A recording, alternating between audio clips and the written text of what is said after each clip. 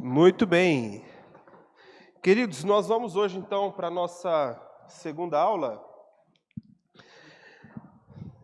E da semana passada eu creio que deu para pensarmos e chegarmos a algumas conclusões, né? Então, se alguém perguntar para a gente o que é a Bíblia, nós podemos dizer que?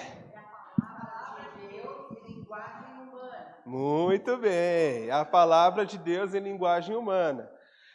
E sem a Lu responder agora,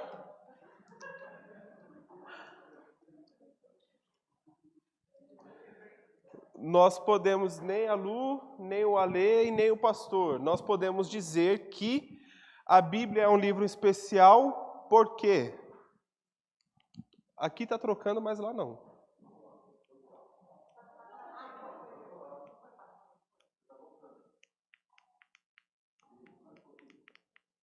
Ah, muito bom. A minha inteligência que não foi tão usada agora, tudo bem. Então, a Bíblia se torna um livro especial, diferente dos outros, por algum motivo específico, sendo ele inspirado por Deus. Muito bem. A raiz nós já encontramos juntos, né?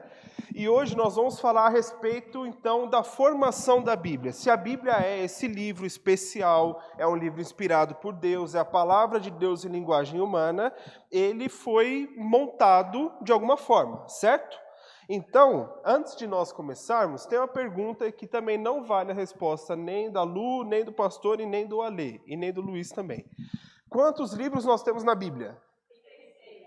66, sendo eles... Eita, agora embaralhou. Tá, alguém falou 39 no Antigo, 27 no Novo. Alguém discorda? Não, é isso? É isso mesmo, certo? Agora, piorando um pouquinho, como é que se divide o Antigo Testamento? Lembram? São 39 livros. Eles são 5 do Pentateuco. O que mais? Ordem cronológica. Históricos, depois poéticos, ou de sabedoria, a mesma coisa. Depois, profetas maiores, profetas menores, certo? Muito bem. Qual é o último profeta menor que nós temos o relato lá na Bíblia? Malaquias. Outra pergunta que essa é mais capciosa, né? Qual foi o primeiro livro do Antigo Testamento a ser escrito? Qual? O primeiro livro escrito? Foi o livro de Jó. O livro de Jó foi o primeiro. E dentro do Pentateuco, aqueles 5 primeiros livros, né? Qual foi o primeiro deles a ser escrito? Deuteronômio. Porque se Moisés foi quem escreveu os livros, ele no mínimo tinha que ter uma condição de escrevê-los ali, né? Então ele começa a relatar, na verdade, no final de Êxodo para Deuteronômio, escrever os seus relatos ao passo em que escrevia o livro do Gênesis, né? Esses são os indícios mais históricos, na verdade, porque há tanto tempo atrás ninguém está aqui para contar ainda como é que foi, né? E também a gente percebe que ele não estava preocupado em dizer quando é que foi exatamente que ele escreveu. A preocupação do autor era o conteúdo, certo? Então nós vamos para o Novo Testamento. Como é que fica a formação do Novo Testamento? Evangelhos. Livro histórico de Atos, muito bem. Cartas paulinas. Cartas gerais. Envolvendo e o Apocalipse, que é um livro profético, muito bem. Então são essas as diferenças, né? E aí você pergunta, mas tem as cartas de Paulo, as outras também foram escritas por alguém, né? Por Pedro, por Tiago, teve 3 cartas de João, por que elas são gerais? E o Hebreus, que só o pastor Isidro sabe quem é que escreveu Hebreus, mas ninguém na história sabe quem foi, né? Então são gerais porque o seu público não estava limitado a algum lugar. Então você pega, por exemplo, a carta de Paulo aos Romanos, ele está escrevendo aos Romanos, né? Pedro, Tiago, né? E João no barquinho, mas Pedro e Tiago principalmente, né? E João depois a segunda e a terceira carta, ele escreve para alguém, mas não se preocupe em dizer quem foi para quem ele escreveu. Né? A segunda carta, principalmente, está escrito a senhora eleita. Quem é essa senhora? Né? A gente entende pela linha teológica mais tradicional que a senhora se trata da igreja, como a noiva de Cristo. Né? Mas, enfim, e Tiago e Pedro estão escrevendo para pessoas dispersas, então é para todos os cristãos, né? Então a gente tem essas divisões, mas nós estamos bem, né? Estamos bem junto aqui, caminhando nesse mesmo sentido. Então, muito bem, a Bíblia é formada por esses 66 livros, e a pergunta que chega para nós é: como é que esses livros chegaram então até a Bíblia? Como o Ronald falou muito bem na semana passada, a Bíblia ela é um conjunto de outros livros, certo? Por isso são 66 livros dentro de um livro só. Como é que esses livros chegaram e como é que foi essa formação? Então hoje eu peço um pouquinho da sua paciência e da sua atenção, porque nós vamos ter um pouco mais de dados históricos do que fizemos semana passada, uma forma diferente, tá? Então, eu acho que eu ainda estou meio limitado aqui. Bom, muito bem. A gente precisa começar pelo começo, né? O que é a Bíblia? Como nós conhecemos esse termo da Bíblia? Bíblia ela é derivada dessa palavra chamada aí biblion, né? Que o significado dela é rolo, ou então livro, né? E esse significado vem de uma raiz histórica bem simples, porque antigamente na sua Bíblia aí, eles, para chegarem ali, passaram por um processo chamado canonicidade, né? E para medir distâncias, que por muito tempo era assim, né, Ale? Se eu não estiver errado, você como historiador aí, nas antiguidades, você não tinha exatamente a medida que você precisava em quilômetro, vem se desenvolvendo depois. Então eles pegavam algumas varas, cortavam as varas no mesmo tamanho e quando precisavam medir alguma coisa, diziam, eu preciso de tantos desse daqui. Né? Como se a gente chegasse e dissesse, eu moro a 200 metros da igreja. Cada metro seria um pedacinho ali daquela medida. Né? Então, essa vara de medir tem a ver mais com aquela vara que os mais antigos se lembram, que quando a gente aprontava na rua ou na escola, e a gente chegava em casa e a mãe estava lá com a vara para medir a nossa desobediência, né? E a gente ali passava por aquele processo doloroso, digamos assim. Mas tem mais a ver com essa vara de medida de caráter, me fugiu a palavra? De avaliação também, mas mais como disciplina. Tem mais em relação à disciplina. Então, como é que a gente vai entender a forma a partir de Deus, a forma que Deus usa para disciplinar, a forma santa de disciplina ao ser humano está dentro do cânon. É mais nesse sentido, tá? Então, cânon sagrado, Bíblia sagrada. Se dividem em dois, o cânon do Antigo Testamento e o cânon do Novo Testamento. São duas separações, nós passaremos por ele, tá? Então, a Bíblia, ela é composta, ela se completa por um compêndio de livros que são canônicos, certo? Vários livros que têm a sua inspiração, da sua autoridade divina neles, e eles são juntados na Bíblia, certo? É esse, então, o nosso objeto de estudo, né? E então, quando a gente vai ver mais um pouco a formação, como passou esse processo, você tem aquela foto ali. O que te lembra essa foto? Ou essa pintura, né? Igreja Católica, também. O que mais? Um sínodo, também conhecido como concílio, é exatamente isso. A Bíblia, para a sua composição, ela passou ao longo da história, né, pelos concílios. Eles foram afirmados através de concílios. E talvez você se espante em dizer, nossa, mas a Bíblia que eu tenho, ela em parte foi separada pelos católicos? Foi. No período histórico, foi. Quem usa a Bíblia traduzida por João Ferreira de Almeida? Seja a revista atualizada, seja... Quem foi João Ferreira de Almeida? Um padre. Aliás, um padre muito piedoso que na sua história de chegada ao Brasil, ele foi responsável pela tradução para que o povo tivesse acesso à Bíblia. Então, não se torna motivo de escândalo para a gente entender que parte do que nós lemos, ou parte do que compõe a nossa tradição, passou pelos católicos. O problema vem depois, que nós vamos falar sobre isso, tá? Mas os concílios, eles eram então formados, em geral, por mestres da religião, por aqueles que se dedicavam ao estudo, aqueles mais acadêmicos. E, aliás, registrado na Bíblia para nós, onde o apóstolo Paulo participou. E que o Alê falou até algumas semanas atrás a respeito desse concílio. Vocês se lembram? Mais ou menos? Sim? Lembra, Eliseu, a referência? Não, sem problema. Se alguém lembrar, está em Atos. Atos, se não me engano, no capítulo 15. Concílio de Jerusalém, exatamente. Então, essa tradição do concílio, ela vinha já dos tempos bíblicos do Novo Testamento, e o objetivo ali era você conseguir entender, diferenciar algumas coisas e formar a sua doutrina a partir dos escritos. Então, na época de Paulo, lá dos judeus e tudo mais, a função desse concílio era judeus, mestres da lei, aqueles que se dedicavam à leitura da Torá, que estudavam a Torá, para discutirem algumas coisas e chegarem até alguma conclusão. Com o passar da história, a gente tem o início da igreja lá em Atos do capítulo 2, e a história vai passando até que morre o último dos apóstolos, o apóstolo João, volta para o céu, e aí então se começa uma discussão. A igreja começou aonde? Começou com quem? E a conclusão que temporariamente se chegou ali é que a igreja teria começado com o apóstolo Pedro.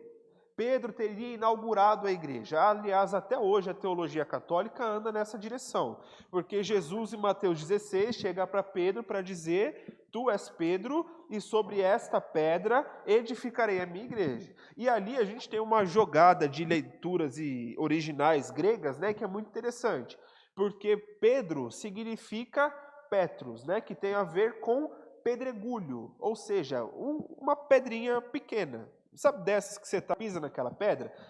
É que Pedro, o próprio Pedro, depois de algum tempo, vai escrever para dizer que todos nós somos pedras vivas, que juntos edificam o templo de Deus, certo? Então, se ele era uma pedra derivada de Jesus que inaugurou a igreja, e ele mesmo afirma que todos nós somos também pedras pequenas, que juntas formam essa igreja, a igreja é de quem? É de Cristo. Essa é a nossa leitura. Mas a pedra angular, perfeitamente, exatamente. Jesus é a pedra fundamental. Se você tira ele, e angular tem esse sentido, né? A pedra fundamental. Se você tirar a pedra que dá subsistência a todas as coisas, as paredes caem, não é? Mundial. Todas elas saem daquilo que a gente quer chegar. A gente já vai com a cabeça para outras igrejas, né? Então, talvez o mais correto seja, de fato, esse geral. Então, por exemplo, alguém lá na nossa antiga igreja uma vez se ofendeu muito num culto. Eu fiz lá em uma determinada época 4 meses de uma série de mensagem passando por Tiago verso a verso. E na introdução eu falei, olha, Tiago é uma carta católica.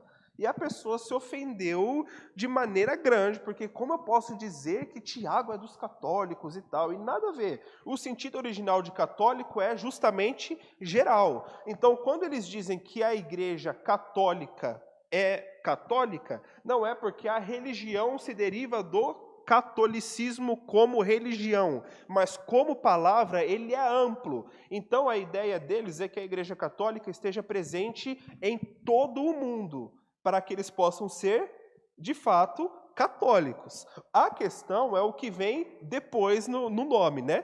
Diga, Lê. Falta de entendimento, preconceito, né?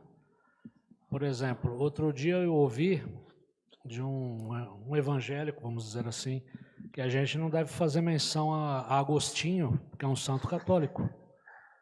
Aí eu pergunto para você, antes da Reforma Protestante, havia qual igreja? Né? Sim. E isso tem até hoje, né? Quer dizer, o católico olha para nós muitas vezes como hereges, que só estão atrás de dízimo. A gente olha para o católico como idólatra, a gente sabe que tem aqueles problemas doutrinários e tudo mais. O pentecostal olha com preconceito para todo mundo, para católico, para batista e vai embora. E assim, né? A gente... Eu gosto dos pentecostais, estou brincando. Viu? Sim, tá bom? de boa. O Eliseu, consegue passar ali? Quando o Eliseu fala pra gente, parece voz do alto que ninguém vê, mas é o Eliseu que está ali. É o Eliseu, diga aí. Bom dia a todos. Essa ideia de catolicismo como ideia de igreja geral, a gente lembra que no passado, aqueles lugares por onde Paulo passou, e mesmo antes dele... Vocês já ouviram no credo apostólico? Mais ou menos? Que creio na igreja una, santa, católica e... esqueci o último. Enfim, era o credo, né? O credo é a confissão de fé dos apóstolos. Então, nós acreditamos numa igreja que é una, porque é um corpo junto com Cristo, certo? Todos nós somos discípulos de Jesus. Ela é santa, porque ela foi comprada por Jesus. E o ser santo, tornar santo, é dedicar-se a Cristo. É você ser separado para ser dele. Então você pega, por exemplo, o caso mais escandaloso para a gente, é a primeira carta aos Coríntios. Por quê? Paulo escreve a carta detonando a galera inteira. Tinha um doidinho lá que estava pegando sua própria madrasta, tinha gente que estava roubando dinheiro da igreja. Na hora da ceia, a galera mais rica levava lá o banquete deles, eles comiam até não aguentar mais, e o relato de Paulo é que muitos deles enchiam a barriga, depois de estarem cheios, colocavam o dedo na goela, vomitavam o que comeu para poder comer mais, os pobres ficavam de um lado, os ricos do outro.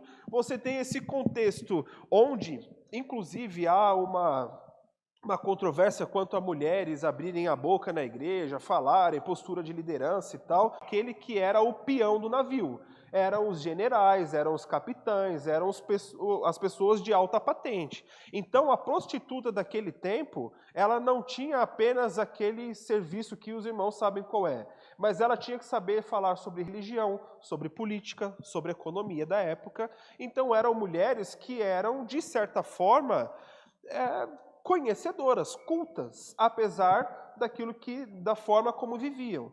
Então, elas chegavam junto com a igreja e os membros da igreja iam perguntar para elas o que elas achavam e elas, com a vida que tinham, tomavam postura de liderança. Então, você tem todo esse contexto caótico da igreja e Paulo vai escrever a carta e lá na saudação ele vai dizer: eu, Paulo, apóstolo de Jesus e tal, Corinto. Falar o Paulo. Né? Acho que na época eu diria o Paulo. Então, tá difícil, né? E aí depois ele chega e ainda diz: chamados para serem santos em Jesus. E você fala: ô Paulão, vamos devagar, porque tá difícil aqui, santo não é. Mas a gente aprende o que é ser santo. Então, se eu chegar e dizer aqui que na igreja nós temos os santos irmãos da PIB-VG, nós somos santos nesse sentido, a ponto que a nossa vida como santos, separados por Cristo, ganha um turbo, digamos assim, porque nós estamos nos santificando, sendo santos para aquele que é santo. Deu para entender mais ou menos? Chegou, né? Sim, pastor? A importância da frase sede santos porque eu sou santo. Sim. Muito bom. Deus espera que nós nos aproximemos do caráter dele, né? Então, quando nós falamos nesses termos a respeito de uma igreja católica que passou por essa tradição e tudo mais, é bem verdade, não é um problema. A divisão que fez a diferença acontece depois, nós passaremos por ela daqui a pouco. Então, se firmando na própria palavra que é de Deus, certo? Então, e preste atenção que o diabo também conhece muito bem a palavra, né? Então, se a gente faz uma breve análise, no verso 3 e 4, Jesus vai responder: está escrito. Está escrito aonde? Alguém, por favor, abra para mim isso, por favor. Assim, ele os humilhou e os deixou passar fome, mas depois os sustentou com maná, que nem vocês, nem os seus antepassados conheciam, para mostrar-lhes que nem só de pão viverá o homem, mas de toda palavra que procede da boca do Senhor. Muito bem. Está escrito não é uma citação a qualquer coisa que acontecer. Está escrito na palavra de Deus, certo? Certo, gente? Estamos juntos? Muito bem. Depois, no próximo versos 4 e 5. Aí, dessa vez, o próprio capiroto vai chegar para dizer para Jesus, mas está escrito outra coisa também, que ele dará ordens a seus anjos a seu respeito, e com as mãos eles o segurarão para que você não tropece em alguma pedra. Laís, você lê para a gente, por favor, o Salmo 91, verso 11 e 12. Porque aos seus anjos dará ordens a teu respeito, para que te guardem em todos os seus caminhos. Eles te sustentarão nas suas mãos, para não tropeçares em alguma pedra. Muito obrigado. E aí, então, Jesus vai dar a sua réplica, né, nesse debate aí para dizer, mas está escrito também, ou seja, não use a minha palavra contra mim mesmo, porque eu conheço o negócio, né? Mas também está escrito, adore ao Senhor, o seu Deus, e só a Ele preste culto. E lá no Deuteronômio, capítulo 6, versículo 16, o que está dito para nós? 16. Não ponham à prova o Senhor, o seu Deus, como fizeram em Massá. Muito bem. E depois ainda,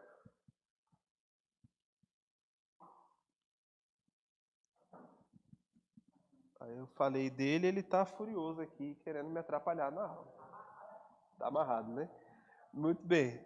Ali então, e no verso 10, adore ao Senhor, o seu Deus, e só a Ele preste culto. Está escrito também? Está escrito. Onde está escrito? Deuteronômio 6, verso 13. Certo? Você lê aí, Laís? Mais uma vez. 6,13. Deuteronômio 6,13. Temam o Senhor, o seu Deus, e só a Ele preste culto, e jurem somente pelo seu nome. Muito bem. Jesus está validando todos esses escritos como palavra de Deus, está se firmando sobre eles, está autenticando a sua veracidade enquanto palavra de Deus, certo? E isso não se limitou a Jesus e a sua época, mas os apóstolos e as igrejas mais para frente também se apoiaram em muitos desses textos para se desenvolverem ali as suas doutrinas. Obrigado. Como está escrito, mas está escrito aonde? Né? Aliás, essas são as perguntas ou o processo da interpretação bíblica, né, pastor? A ideia é o trabalho hermenêutico do pregador, do professor, enfim, é começar a fazer as perguntas para o texto, né? Então está escrito, escrito aonde? Em tal lugar, o que tal lugar fala? Isso, qual era o contexto daquela época? Era isso aqui, mas tem uma aqui que ele falou lá, isso faz diferença para a gente. Então, está escrito que o justo, o que ele falou lá, isso faz diferença para a gente. Então, está escrito que o justo viverá pela fé, na Bíblia, mas dessa vez não apenas nos textos da lei, mas baseado em um dos profetas, que foi Abacuque, né? Então, lê para a gente, amor, por favor, Abacuque 2,5. 2,4, perdão. Olhe para os arrogantes, os perversos que em si mesmo confiam. O justo, porém, viverá por sua fidelidade a Deus. Muito bem. Em uma outra versão, que a tradução quer dizer a mesma coisa, de que o justo viverá pela fé, certo? E Hebreus, chegou lá a ler Hebreus capítulo 13? Isso, verso 5. Seja a vossa vida desprovida de avareza. Alegrai-vos com tudo o que possuís, porque ele mesmo declarou: por motivo algum te abandonarei, nunca jamais te desampararei. Muito obrigado. Eliane, o que diz para nós lá, que está escrito também, Deus mesmo disse em algum lugar? Deuteronômio 31, versículo 6. Sede fortes e corajosos, não temais, nem vos atemorizeis diante deles, porque o Senhor, vosso Deus, é quem vai convosco. Não vos deixará, nem vos desamparará. Muito obrigado.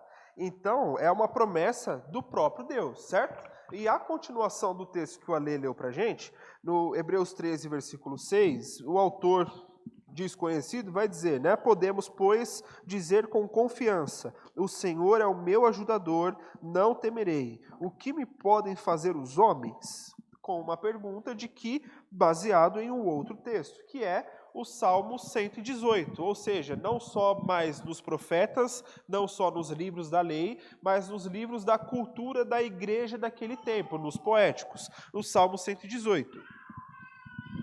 Verso 6. Salmo 118, verso 6. O Senhor está comigo, não temerei. O que me podem fazer os homens? Muito obrigado. Uma dica para você é que muito provavelmente na sua Bíblia, e até as Bíblias mais simples, eu tenho algumas Bíblias de estudo em casa, mas a Bíblia que eu uso para pregar é uma Bíblia NVI simplesinha, que não tem nada demais além do texto escrito, né? Então, até nas mais simples, geralmente quando tem esse tipo de texto, vai aparecer uma letrinha ou um númerozinho bem pequeno no final da frase. E aí, na nota de rodapé, muito obrigado, meu querido. A nota de rodapé possivelmente vai fazer a referência. Então vai ter o texto lá e no rodapé da sua Bíblia vai ter a letra B, você procura a letra B, vai ter o endereço do texto lá. Então não faça esse esforço mental a mais, viu lá, leu a referência, beleza, dá uma folhadinha, chega e lê lá para você entender o que está acontecendo. Então, para o Antigo Testamento estava um pouco mais fácil, porque muitos escritos comprovam, e esses são exemplos de outros vários, o próprio texto que o pastor citou, né, do Sejam Santos porque eu sou santo, é um texto que está lá no meio do livro de Levítico, em que Pedro, na sua primeira carta, vai afirmar depois de novo, dizendo que também está escrito, sejam santos porque eu sou santo, né? Então, vários outros livros afirmam também esses escritos como sendo palavra de Deus, tá? Mas o critério que os concílios usaram para definir essas canonicidades, principalmente do Antigo Testamento, além dessas citações e afirmações, tinham algumas exigências ali. Primeiro, que deveria existir essa autoria divina, né? É o primeiro passo que atesta, inclusive, a inspiração. Então, deveria ser Deus falando através de um mediador, certo?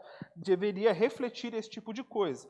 Por isso que os livros apócrifos que depois entraram na Bíblia Católica não estão na nossa. São livros históricos. Não são livros que têm uma regularidade teológica e doutrinária. Então tem toda essa diferença. Não existia, por exemplo, uma autoria divina ou uma reflexão, não é. E agora? Me perdi nas palavras aqui. Não refletia a autoria de Deus ali, tá? Depois, o livro deveria ser acurado, né? Ou seja, passar por um processo minucioso de estudo e tudo mais, e refletir o registro de fatos históricos reais, tá? Então, por exemplo, você tem alguns livros que são até meio repetitivos ali, mas que estão entre os livros de Samuel, os livros dos reis e os livros de crônicas, certo? Aqueles livros todos passaram por um processo minucioso para entender as datas que estavam ali. Ou seja, até aqueles que não criam na inspiração de Deus para esses textos, estudavam eles e, tendo eles como fato histórico, poderiam definir que, não, o autor de crônicas realmente ele está falando coisas que aconteceram reais. As guerras ali foram reais, as brigas de impérios foram reais, as datas estão precisas. Então, esse processo mais acadêmico e rigoroso foi necessário também para esse fechamento, né? E, principalmente, ele deveria ser aceito por uma avaliação linguística e histórica por parte dos judeus. E aí se levanta mais uma interrogação na nossa mente, né? Já não basta o livro ter passado pela tradição católica. Agora vai dizer que também os judeus tinham que aceitar? E sim, os judeus deveriam aceitar. Porque convenhamos que não existe povo antigo mais preocupado com a sua história, com a sua linhagem, com a sua tradição do que o povo judeu. Concordam comigo? Estou certo, pastor?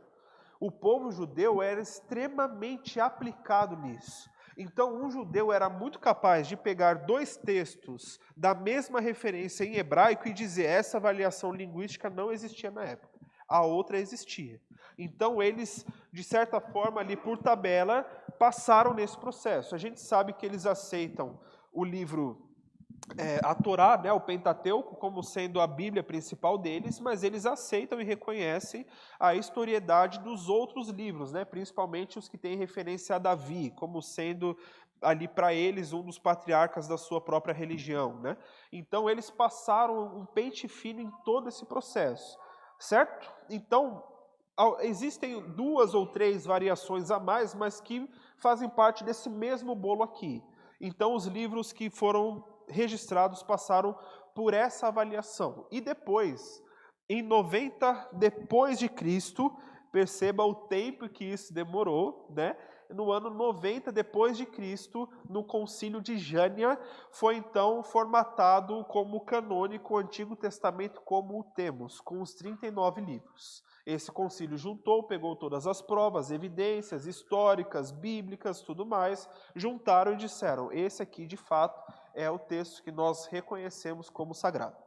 Certo?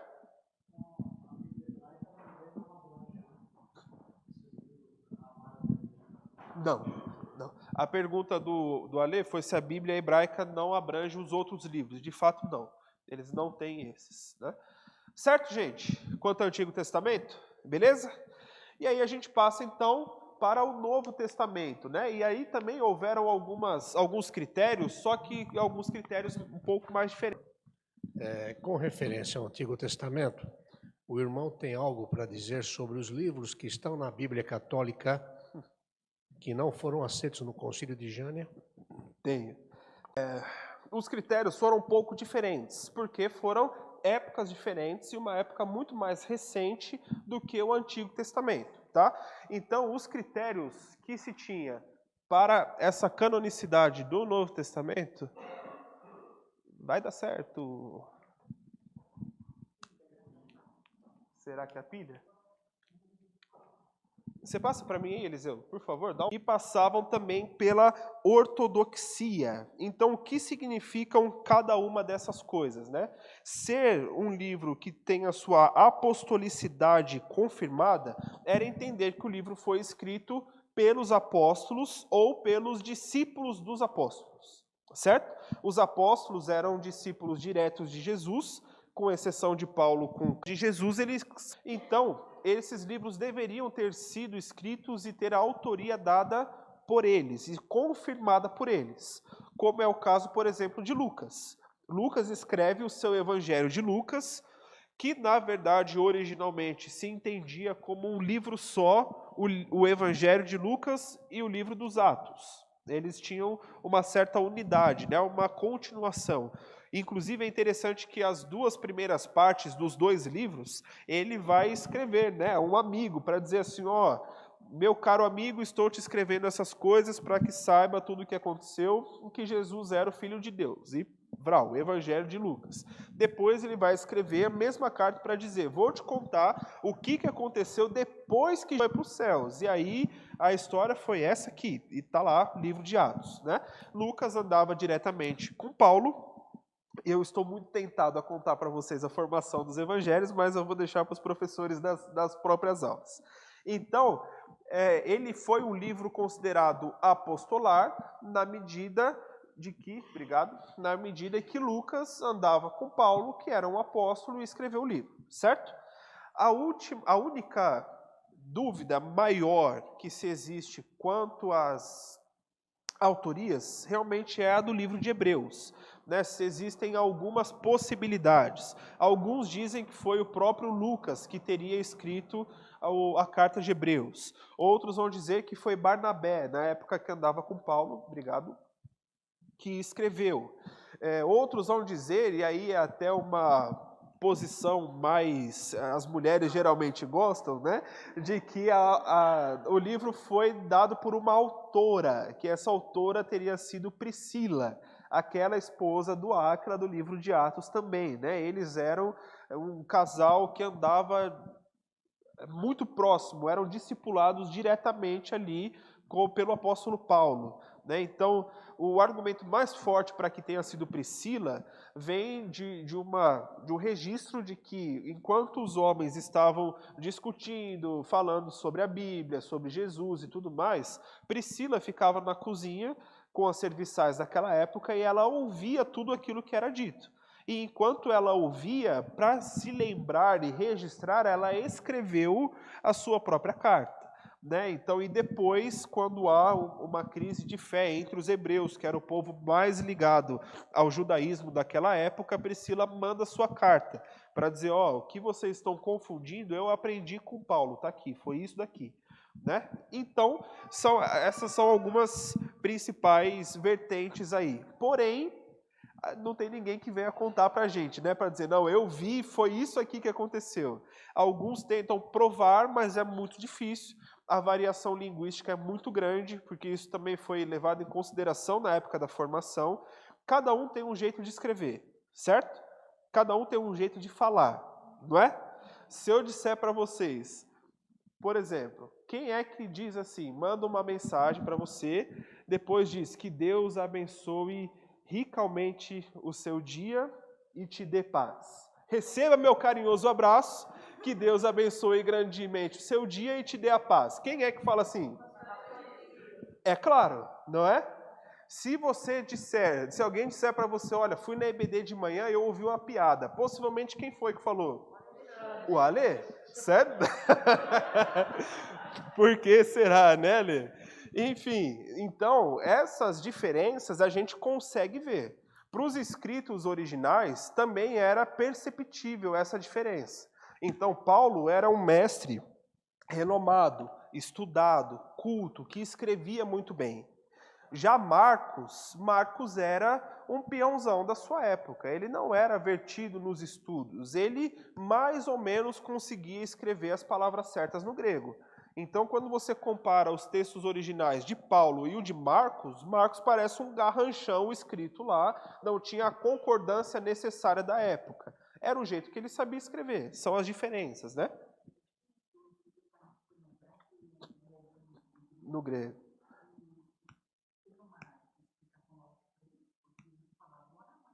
Isso. A pergunta da Lu foi em relação aos escritos nas suas línguas originais, né? Então, o Antigo Testamento, de fato, na sua grande maioria, ele foi escrito a partir do hebraico.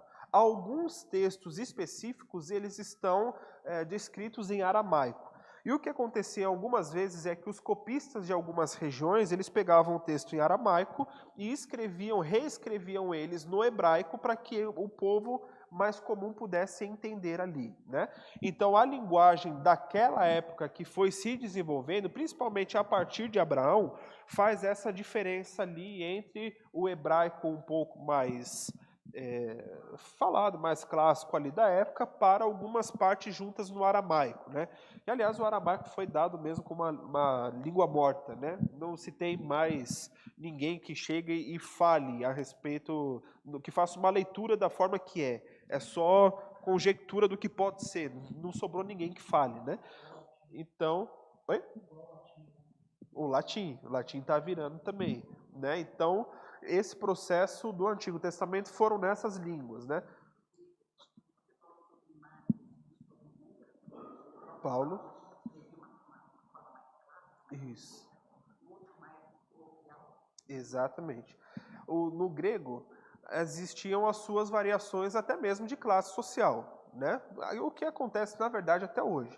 Você tem pessoas que conseguem falar uma frase mais dentro dos critérios da nossa língua e pessoas que têm dificuldade, né, de tratar algumas coisas. É bem verdade que nos nossos dias, muito disso vira zoeira, né? Então chega alguém para você e fala que seja menos. Você sabe que isso não existe, né? Mas, enfim, algumas pessoas, por conhecimento e vida, falam menos, o que não existe. Outras já falam menos, falam certo. Acontecia o mesmo processo. Eles tinham o grego, que era o grego dito um pouco mais popular, e você tinha o grego, que era o grego um pouco mais rebuscado, um pouco mais fino, que era o famoso grego koiné, né? E era o koiné, né, pastor? O grego koiné. E aí a Bíblia, alguma parte dela foi escrita no grego um pouco mais simples da época, que alguns chamam de textos receptos, né? Que é o texto que nós recebemos. Ele estava assim e assim vai ficar. Já Paulo escreve um pouco mais rebuscado. João escreve com uma forma diferente do que Pedro, com um jeito mais chucro também, escrevia parte da Bíblia, né? Então essas diferenças de escrita, de frase, de colocação de pensamentos, elas se mostram muito grande lá. Então se você fizer uma análise, por exemplo, mais sintática mesmo, morfológica dos textos, você percebe que os textos de Pedro, ele tem uma lógica simples. Ele abre um assunto, ele dissolve o assunto e ele fecha o assunto. Paulo já não faz isso. Em Romanos, Paulo escreve Romanos capítulo 1, no assunto, capítulo 2, capítulo 3 ele começa a mudar. No capítulo 4, é como se ele fizesse a abertura de um parênteses no texto e ele vai para um outro assunto até o capítulo 9. No capítulo 9 ele fecha o parênteses e continua do 10 até o 13. No 13 ele encerra o assunto. No 14, 15 e 16 ele faz uma outra coisa, um outro tipo de escrita, de forma de escrita, né? Principalmente o 16, que é o capítulo final, ele vai mandar beijo para todo mundo e tudo mais, aquela história. Mas o 14 e o 15, eles são de uma pegada diferente. Então você tem essas diferenças escritas aí, né? E justamente o que acontece no livro de Hebreus é que parte do livro original você lê e você fala, isso aqui é Paulo escrevendo. Com certeza é o pensamento de Paulo. Só que 2 capítulos depois, você percebe a forma de narrativa de fatos vinda de Lucas. Aí você fala, eita, foi Paulo ou foi Lucas? Né? E aí outros pegam e dizem que para o estilo de escrita à mão mesmo, aquilo ali era a obra com certeza de Barnabé. E aí é que vira aquela incógnita, você fala, e agora? Quem foi? Né? E a bem da verdade, o autor não estava nem um pouco preocupado de trazer para si as glórias do texto. A importância dele era passar aquilo que ele aprendeu, que converge com a coerência bíblica doutrinária de toda a Bíblia. Principalmente porque, se você quiser entender muito bem o livro de Hebreus, você necessariamente precisa passar por Levítico e Números. Senão você vai se perder em algumas coisas ali. Diga, Lê.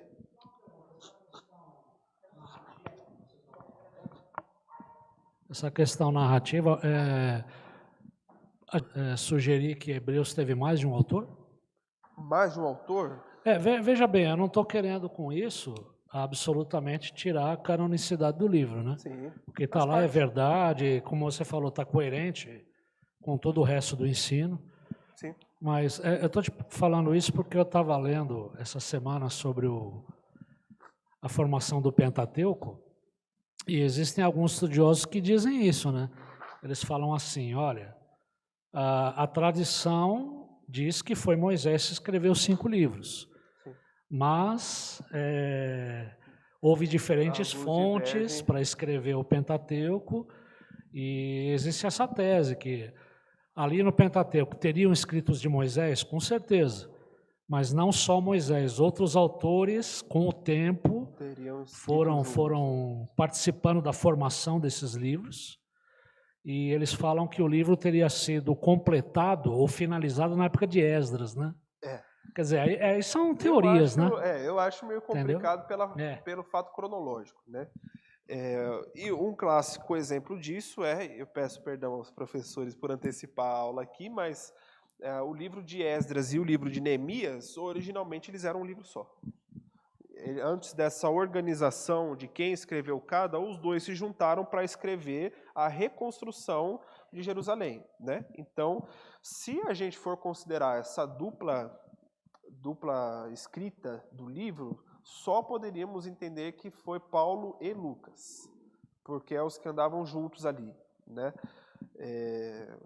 Pelas evidências que nós temos, né? Porque mais uma vez, ninguém fez um favor para a gente de dizer, eu escrevi isso aqui, toma aí, né?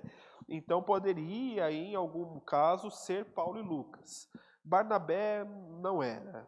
Pela ordem cronológica, pode ser que Barnabé não tivesse vivo mais também, para essa época. O período de escrita, né? A partir de Priscila também, não sei. Eu conheço, sendo sincero para os irmãos, eu conheço pouco a respeito dessa definição de Priscila, né? Eu não conheço a variação linguística e tal dela lá. E outra coisa também... Ou Priscila falou para Paulo. Enquanto o seu óculos não ficar pronto, você vai ditando e eu vou escrevendo. Né? Boa. Acho que dá para escrever um livro sobre isso aí, vai dar certo.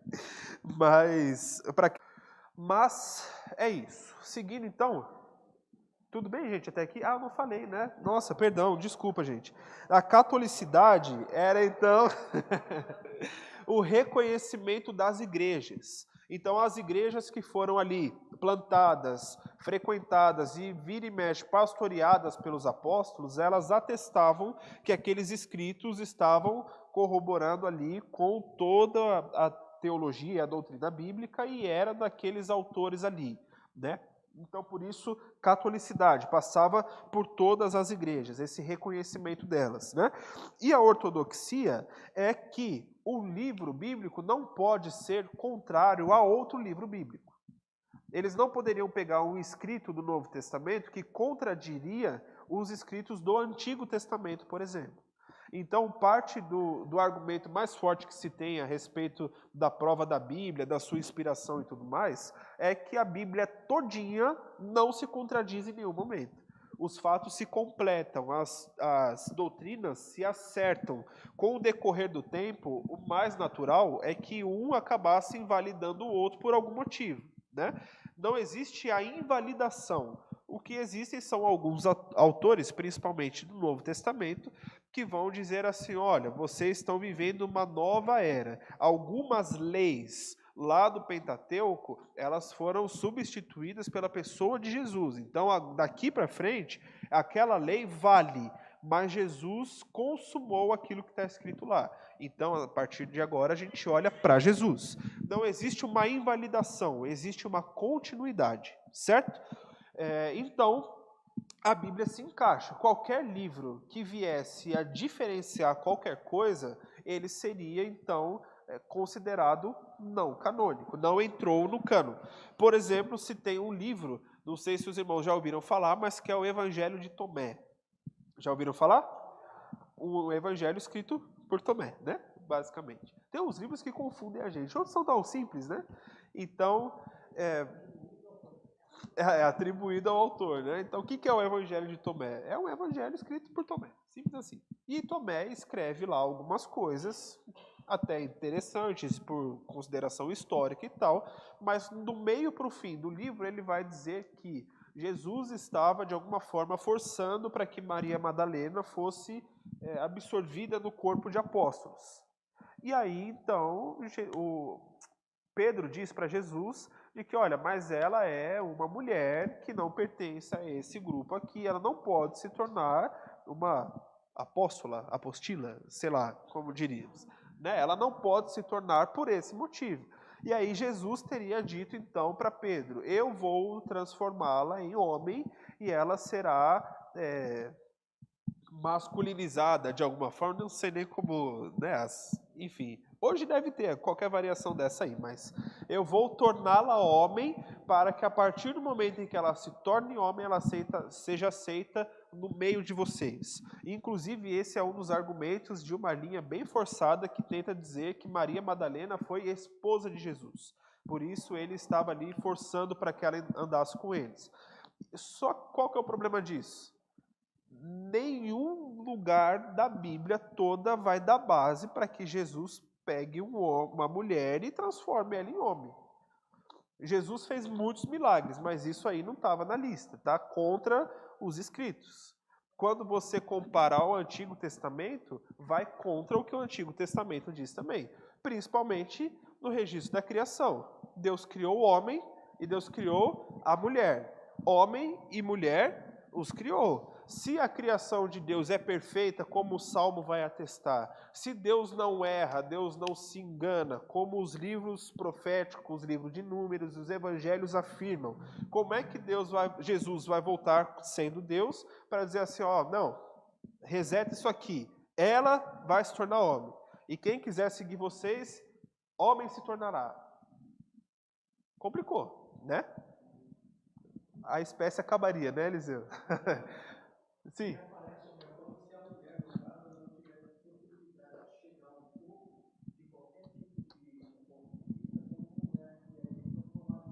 Transformou em homem. Exatamente.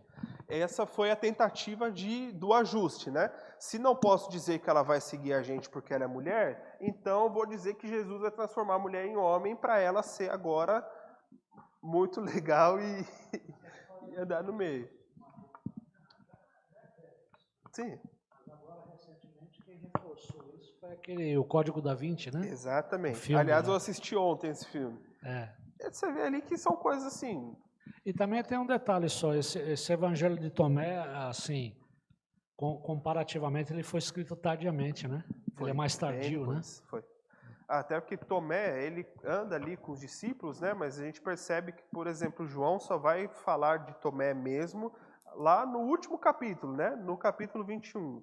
A história vocês conhecem, né? Já é mais conhecida. Tomé chegou e falou, não tenho certeza, só acredito se eu tocar. Aí Jesus chega e fala, vai, põe a mão aqui, ô seu vacilão. Aí ele põe a mão, vê, volta a fé e tal, e a partir dali ele teria tido uma reviravolta e uma experiência diferente e tal. O que se torna difícil também de credibilizar é que Tomé ele tem esse contato com Jesus ressurreto, né? Com Jesus em espírito. Então, de fato, ele também não foi um apóstolo, nem discípulo dos apóstolos, e não andou com Jesus. Então, são muitos mais fatores contra do que pró, né? E o que marca isso mesmo é a parte doutrinária, principalmente. Diga, Ana. A gente não podemos esquecer de Débora, em Juízes, né? Sim. Que foi uma grande mulher, então não teria lógica. Se você é pouco leitor da Bíblia, você já poderia ter passado por Juízes e ver que Débora teve um posicionamento. As pessoas iam atrás de Débora para orientações.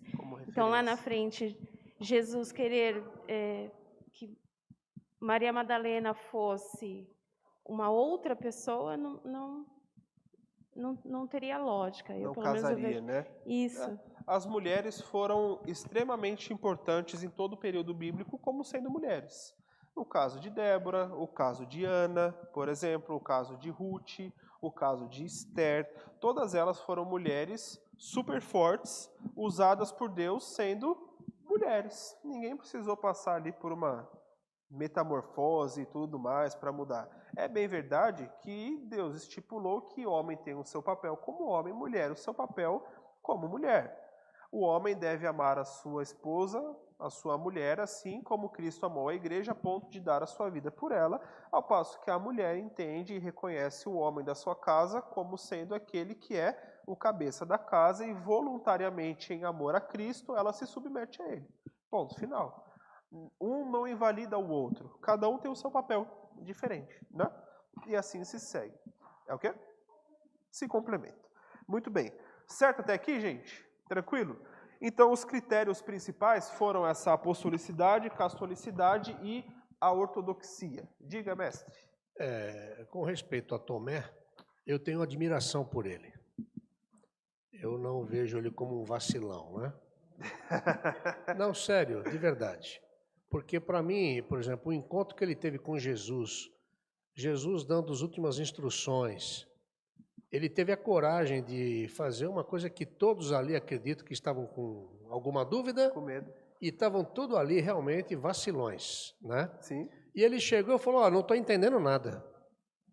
O senhor está falando o quê? Mostra-nos o caminho. Não estamos entendendo, eu não estou entendendo nada, eu não sei os outros aqui, né? Mas ele teve a coragem de chegar, e essa frase célebre que nós conhecemos, esse versículo maravilhoso, deixado por Jesus, que ele é o caminho, a verdade e a vida, e que ninguém vem ao Pai senão por mim, foi por causa da coragem de um cara chamado Tomé, que para mim era um homem de fé, um homem realmente que não tinha, na minha opinião, o destaque de Pedro, né? O temperamento dele talvez, Homem simples, mas eu acredito que foi um cara que contribuiu muito para o Evangelho. Com certeza. A gente, e claro, né, brincando a respeito do vacilão e tal, apaguem o que eu falei e eu fecho com o pastor, tá? Prevalece a palavra dele. Mas as brincadeiras à parte, nós entendemos, inclusive, que todos nós podemos viver crises de fé assim como Tomé viveu, né? Obrigado, Lu. E entre a gente ficar na crise eternamente e a gente fazer uma oração sincera para dizer assim, Deus, já que o Senhor existe, então se revela para mim aqui, me ajuda a enxergar o que o Senhor tem feito, né? Isso vale muito mais a pena do que a gente se fechar numa crise eterna e acabou o mundo por conta daquilo, né? Mas é isso aí. Obrigado, pastor. Depois, então, já se o Antigo Testamento, esse cânon, foi fechado no ano 90 depois de Cristo, o livro do Novo Testamento, ele é então fechado de maneira parcial em 367 depois de Cristo. Perceba a variação de tempo, né? Pelo Atanásio, também conhecido por alguns como Santo Atanásio, né? Da Igreja Católica, ele registrou esses 27 livros como sendo eles ali, e beleza, e todas as igrejas do Oriente, então, passaram a ler, a compartilhar nos seus cultos a respeito destes 27 livros. Que, aliás, um parênteses aqui,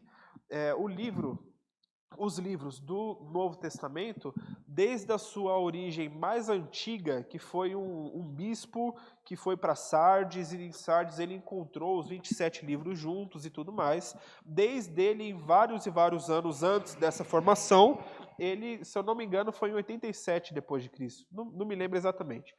Mas ele diz, e ele já registra esses 27 livros como sendo usados na igreja. Então, houve muito menos variação dos livros no Novo Testamento do que os livros para o Antigo, né?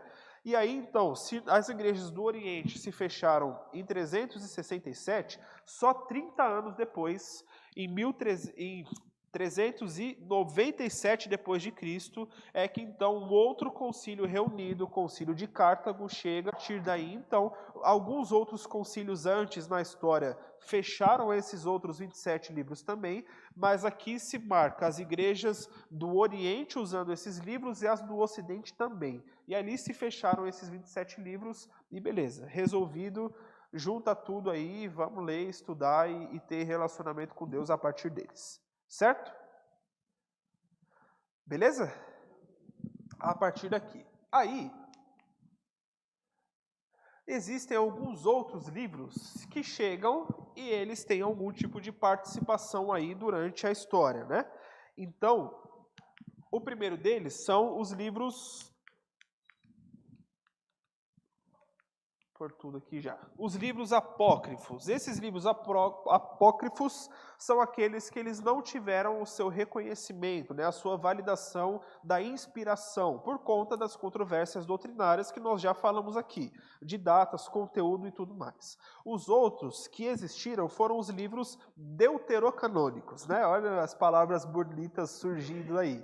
Então, os deuterocanônicos, eles são livros que não foram inspirados por Deus, mas eles não tinham, de fato, ou livros ou cartas, mas eles não tinham conteúdo que fosse herege, controverso, nem nada do tipo. Só que eram simplesmente livros e cartas de um para o outro, ou registro histórico apenas de alguma coisa aqui e outra ali, e beleza. Não era um problema, mas não eram inspirados. Em algum momento a igreja, ou os membros da igreja, usaram esses livros como referência para alguma coisa que a gente não sabe ao certo o quê, mas não são livros inspirados, não entraram no cânon, certo? Esses são os deuterocanônicos.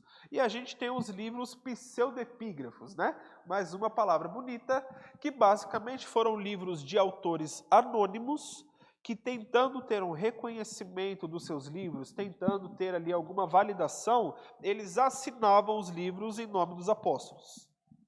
E aí, por conta de tudo que a gente falou, das formas de escrita, da linha de pensamento, da época e tudo mais, você percebia quem foi que escreveu ou não, né? Pelas assinaturas você percebia, tanto que tem uma das cartas, não me engano se não me engano é Filemon, ou não me lembro exatamente aqui, mas que Paulo já estava bem velho na sua escrita, e inclusive ele diz lá, se eu não me engano foi Paulo Silvano, ele diz, Silvano me ajudou a escrever aqui e tudo mais, mas eu assino de próprio punho para que saibam que eu escrevi esta carta aqui. Pastor, se eu lembrar qual é exatamente o texto, me ajude, eu esqueci nesse momento. Mas está lá. Então, um ajudante de Paulo, um discípulo seu, escreveu o que Paulo estava ditando, e para que tivesse ali uma coerência não só dos pensamentos, Paulo escreveu alguma coisa e assinou para dizer, sou eu mesmo que estou aqui. Por que isso era necessário? Por causa dos pseudepígrafos. apócrifos. Alguém escrevia alguma bobagem e assinava lá como sendo o apóstolo Paulo. E não era, certo? Aí dos livros apócrifos, né? Tem mais duas imagens ali, que uma nós já falamos, né? Que é com as suas 95 teses, né? Então, os livros apócrifos na constituição da Bíblia, eles não surgiram por conta de uma certeza, uma inspiração de que esses livros teriam sido inspirados ou não.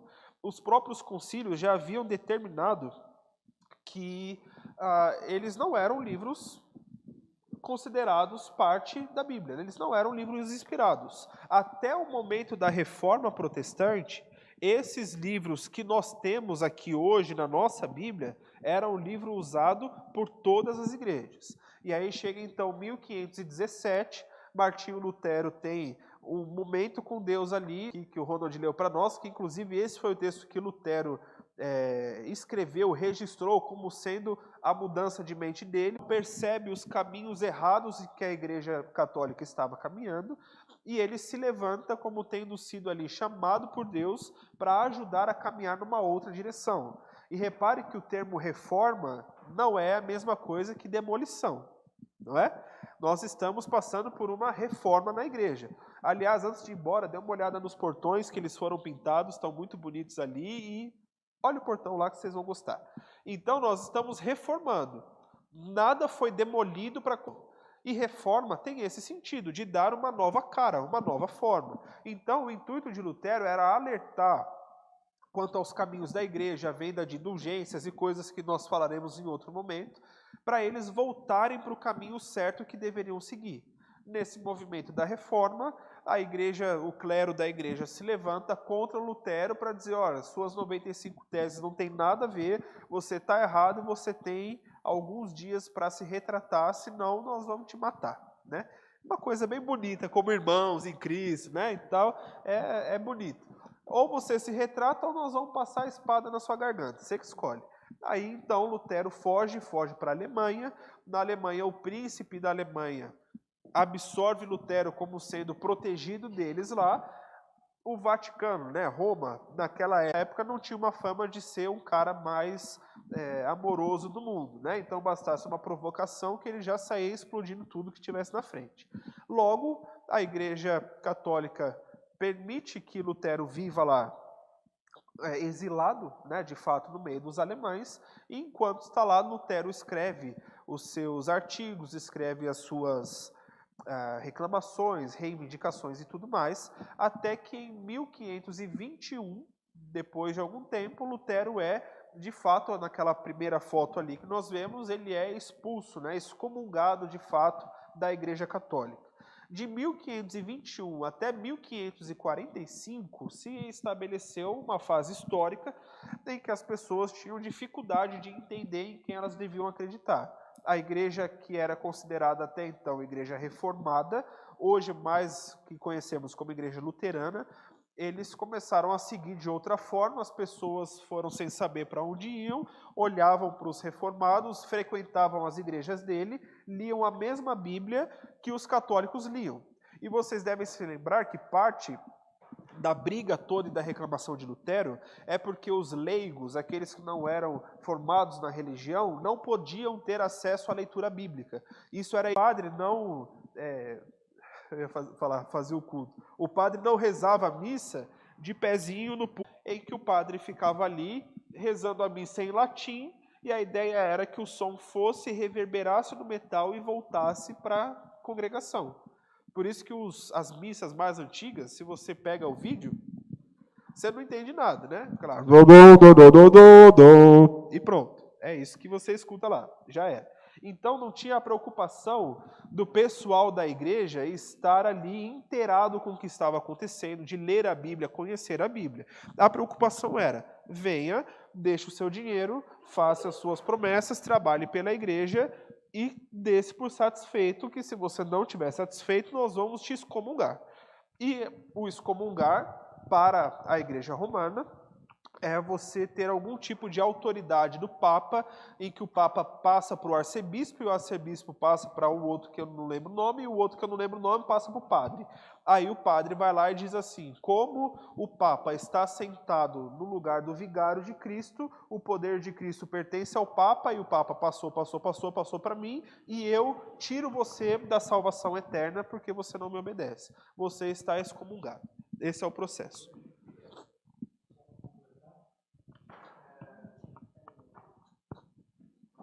Estou falando demais, né? Não. Tem um colega meu lá, o secretário lá da escola municipal, ele é católico. E é aqueles católicos que vão na missa, participa, é praticante, né? Apesar de ele praticar outras coisas também. Mas aí, deixa isso de lado. Aí o que acontece? O que eu quero dizer assim, ele estava comentando comigo que tem alguns, hoje em dia, tem alguns movimentos dentro da Igreja Católica para esse retorno da missa. Eles querem que a missa volte a ser latim, que o padre reze como rezava antes. Tem movimentos que eles dizem que querem resgatar a identidade católica.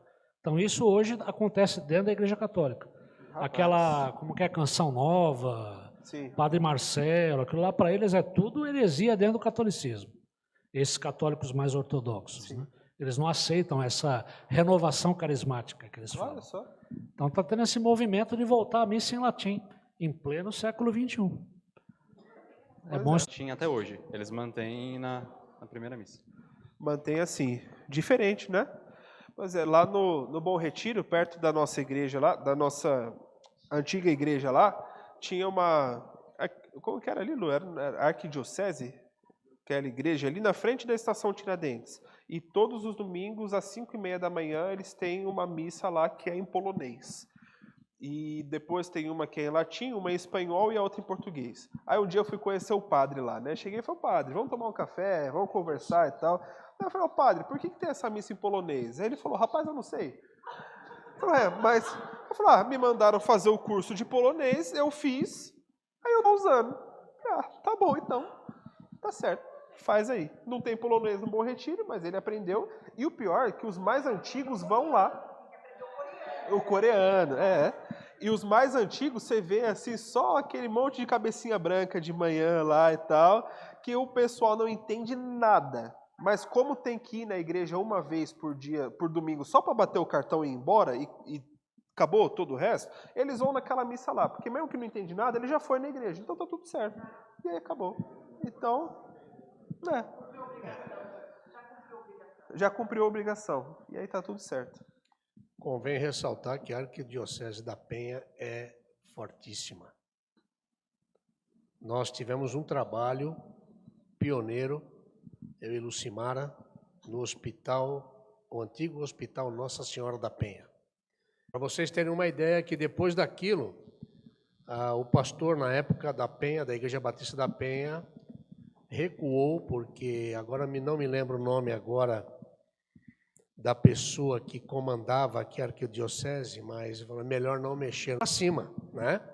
E é isso aí, a história, ficou na história. É isso aí. Eu e a minha história com a Penha, né? Irmãos, eu tenho a ligeira impressão que passamos do horário, tô certo? Passamos. Então, já me perdoem por isso. Pastor, a ideia é que seja até 11h30. 11h30. Prometo, semana que vem não passaremos de 11h30. Então, voltando, né? Chega então, nesse período, a igreja reformada começa a crescer, a igreja católica se enfraquece, os católicos se incomodam porque lutando a Bíblia e dando para todo mundo, isso não poderia acontecer. Logo, existiu um movimento chamado Contra-Reforma. Por um lado, alguns reformando e outros tentando acabar com essa reforma. A ideia da Contra-Reforma era literalmente acabar com os movimentos da reforma. Aí se intensificaram as ameaças quanto ao céu, quanto à perca da salvação, algumas doutrinas que, até infelizmente, algumas igrejas ditas evangélicas absorvem para si, e aí o ápice desse movimento, de preferência as pessoas não leiam. O que a gente faz? Insere livro lá dentro. Aí esses livros, então, apócrifos, os livros de Macabeu, livros de Judite, Terceira e Quarta Reis, vários livros assim foram sendo incorporados. Tobias. Então, a Bíblia que tinha 39 livros no Antigo Testamento, a partir da Contra-Reforma, passa a ter 46. E o interessante é que o Novo Testamento continua com os 27 que nós temos. Né? Então, eles inseriram esses livros lá para marcar esse movimento de Contra-Reforma, e por vários e vários anos a Igreja Católica não traduziu esses livros, padres que aparecem explicando os versículos lá. E são padres completamente acadêmicos. E alguns deles, não a maioria, mas boa parte, rejeitam esses livros apócrifos, para dizer que, pela honestidade da escrita bíblica como um todo, aqueles livros não fazem sentido estar lá. Né? Então, sim.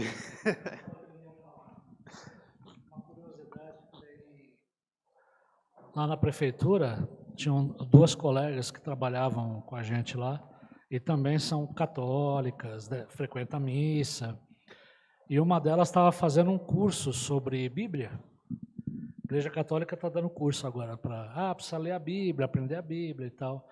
E o padre recomendou material batista. Falou, esse material é muito bom, vocês podem usar esse material. Não é católico, é da tua igreja. Me capacita porque a confusão da moça me incomodou. O que o pastor Guilherme está fazendo, o que a gente está aprendendo, que aprendendo exatamente o que a Bíblia é, como ela foi fundada, tudo que o Senhor deixou para nós como instrução, a gente precisa se aprofundar mais. A gente é raso.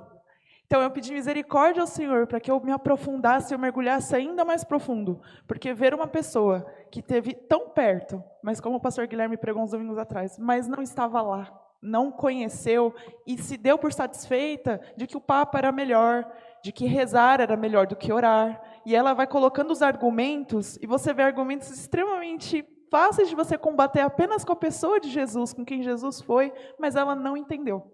Isso me deu um calafrio na espinha. Porque ela estava dentro da igreja e ela não tinha compreendido de fato quem era Deus, quem era Jesus e qual é o plano dele para nossas vidas. Então, o único comentário que eu quero fazer, que a gente mergulhe mais profundo, e que a gente peça misericórdia ao Senhor, para que a palavra dele penetre no nosso coração, e a gente tenha argumentos para ajudar também pessoas que estão com dúvida, a gente cresça junto. Essa é a ideia do Senhor como família de Deus, né? Como povo de Deus. Esse é o nosso objetivo, né? Caminhemos para isso. Muito bem. Certo, irmãos? Tranquilo? Esclarecedor em alguma coisa? Sim? Dúvidas? Frustrações? Algumas, talvez, né? Muito bem. Então, sim, pastor. Parabéns pela iniciativa. Obrigado. Esse é o caminho, porque sempre fomos conhecidos como Bíblias, lá vão os Bíblias. Então, eu fico satisfeito de saber e me alegro em Jesus de saber que nós estamos buscando e não estamos fugindo das nossas origens. Porque não tem como alguém caminhar para uma heresia se ele conhece bem a palavra de Deus. Sim. Não é? Não vou dizer que não pode acontecer, pode. Mas o conhecer a palavra é fundamental e nós, como cristãos, como discípulos de Jesus, e eu digo isso para a Igreja Batista em Vila Guilhermina, temos a obrigação de poder dizer a todas as pessoas com quem convivemos sobre a razão da nossa fé. E isso vem com a capacitação que a Escola Bíblica Dominical sempre, historicamente, deu à igreja. Então, parabéns pela iniciativa, pastor. Obrigado. Muito bem, queridos. Então, nestes últimos 2 domingos, nós tivemos algumas presenças aqui, né, do César e da Ingrid, que estão aqui com a gente. Eles fazem parte aí da nossa classe, né, de discipulado para o batismo, e o Andy também está aqui com a gente. Eles estão aqui nesses domingos porque dentro do nosso material para o batismo, essas aulas seriam a respeito da Bíblia mesmo, né? Então nós unificamos a sala e aí no domingo que vem eles voltam para a classe de batismo com o Luiz para continuarem lá o nosso cronograma lá. Em breve encerraremos, né, os nossos estudos e aí, passado o batismo, eles voltam aqui com a gente. Então, nós que somos crentes mais velhos, né, somos mais tempos aí de igreja e tudo mais, antes de ir embora, dê um abraço neles aí, no Andy, no César, na Ingrid, dê uma palavra de incentivo a eles, que é importante nesse momento, que em breve passarão por essa festa aí junto com a gente, né? Certo?